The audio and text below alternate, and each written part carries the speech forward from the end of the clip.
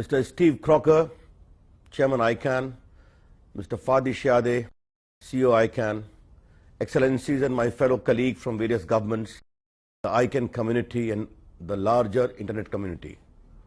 Hola, good morning and warm greetings from India. My special greetings to ICANN on the occasion of ICANN 53 in the beautiful city of Buenos Aires, which takes place at an important moment in time. But for the perennial challenge of balancing my role as a minister and a political leader, I would have loved to be there in person. It is my loss, and I hope to be with all of you on another occasion, details of which my office is exploring with the organizers. However, technology allows me to reach out and share some of my thoughts and those of our government led by our Prime Minister, Mr. Narendra Modi.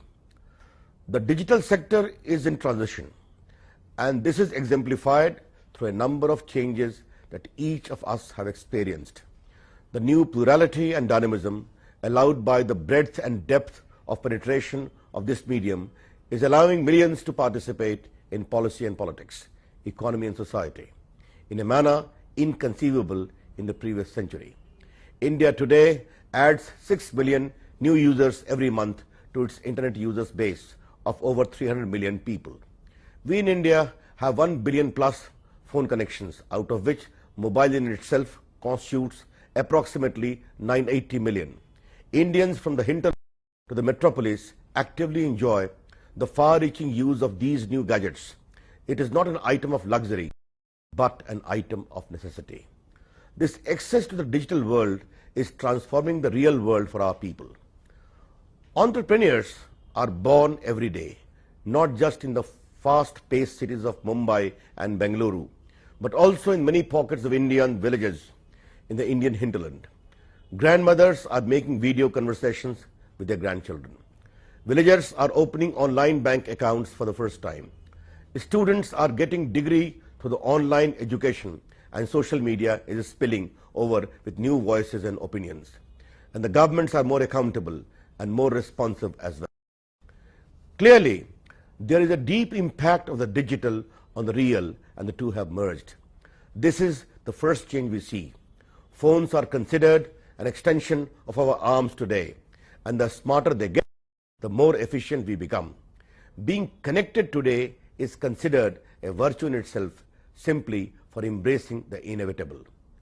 The second change is becoming all too apparent as the internet pivots towards Asia as one of the largest creator and consumers of content for the region. The users in these emerging economies, the next billion who will come online, stand apart from their counterparts in developed economies. They are hungry for knowledge and innovation. They are tailoring what exists today to suit their realities, and they are introducing language and voices and bringing cultures to the global internet, which were previously sitting in wait offline. The third change, ladies and gentlemen, is the fluidity which has come about with new definitions becoming necessary for territorial jurisdiction. While the role of the state in cyberspace is being defined, the burden of responsibility remains as severe on the state, if not more. New partnership between stakeholders need to be crafted so that the agency of the state can be commensurate to the expectations from it, that is, to keep alive endless opportunities, to create a level playing field, to protect its critical infrastructure and our freedom and liberties, which most of us hold close to our hearts. Ladies and gentlemen, these developments bring to the fore a series of questions to which we must respond. What must be the new contours of governance that will help catalyze this change? How much should governance be reimagined, recreated and realigned to allow the participation of new voices, new dreams and new aspirations? The old must cede to the new, and how many this is to be achieved in a collaborative and cooperative manner to deliver on these digital promises of today and tomorrow. For us in India, ladies and gentlemen, and under the leadership of our Prime Minister, there is no ambiguity in where the solution lies. The only answer to respond to such momentous change is democracy. Pluralism is the only ecosystem that can manage the dynamism this medium demonstrates. India's own transformation to the digital world is being managed through democratic ethos, ingrained in Indian mindset right from the Indian village panchayat to the broad avenues of its capital and large metros. That is why the Digital India initiative captures the India story. This story cannot be told through number of phones, laptops, internet connections and websites alone. India's vision of information technology is not simply IT-enabled services, but IT-enabled societies. It is human being serviced by IT. It is the reimagining of India, a billion people lit up by the light of an information society, powered by their own abilities and creativity. Digital India means giving each Indian voice and weight in every decision we make as a nation. It means giving every Indian a chance to realize his or her dream, regardless of topography, distance and identity. Digital India, ladies and gentlemen, is designed to bridge the digital divide between digital haves and digital have-nots. It seeks to empower every Indian through digital tools for growth, empowerment and becoming an active participant in good governance. The Prime Minister of India, Mr. Narendra Modi, has set up a goal that government must be available in the palm of every Indian and available in detail on his mobile phone. To help it achieve, we are involved in a gigantic exercise of broadband revolution in India through BharatNet, where we propose to link 250,000 clusters of villages to fiber and strengthen urban connectivity. All this is designed to upgrade the digital infrastructure, digital delivery of services, and widening the canvas of e-education, e-health, e-commerce, and a host of other services. Our government is committed to make every Indian an active participant in this extraordinary information revolution whose essence is embodied in Digital India.